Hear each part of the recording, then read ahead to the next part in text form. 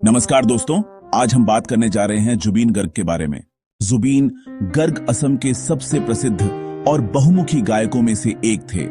उनका जन्म 18 नवंबर 1972 को मेघालय के तुरा में हुआ। उनके माता पिता कला और संगीत से जुड़े हुए थे। बचपन से ही जुबीन ने संगीत में रुचि दिखाई और उन्होंने तबला, गिटार और हारमोनियम सीखना शुरू किया। उन्होंने अपने नाम को बदलकर जुबीन गर्ग रखा और हमेशा अपनी पहचान के लिए खड़े रहे। उन्होंने अपनी आवाज का इस्तेमाल सिर्फ संगीत के लिए नहीं, बल्कि अपने विचार और समाज के मुद्दों को व्यक्त करने के लिए भी किया। जुबीन ने लगभग 38,000 गाने लगभग 40 भाषाओं में गाए। उन्होंने असमिया, हिंदी, बंगाली, भोजपुरी, नेपाली और कई अन्य भाषाओं में संगीत पेश किया। उनका पहला बड़ा हिट एल्बम अनामिका था और बाद में उनका गाना या अली फिल्म गैंगस्टर से पूरे भारत में प्रसिद्ध हुआ। जुबीन गर्ग सिर्फ गायक नहीं थे, बल्कि एक बहुमुखी कलाकार थे। उन्होंने संगीत के साथ साथ अभिनय, निर्देशन और संगीत निर्माण में भी काम किया।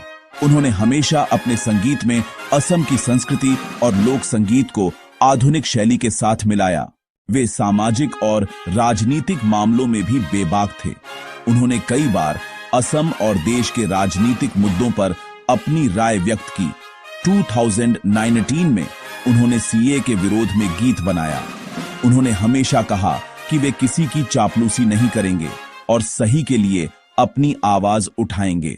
उनकी इस निडरता की वजह से उन्हें कभी आलोचना का सामना भी करना पड़ा, लेकिन उन्होंने कभी पीछे मुड़कर नहीं देखा।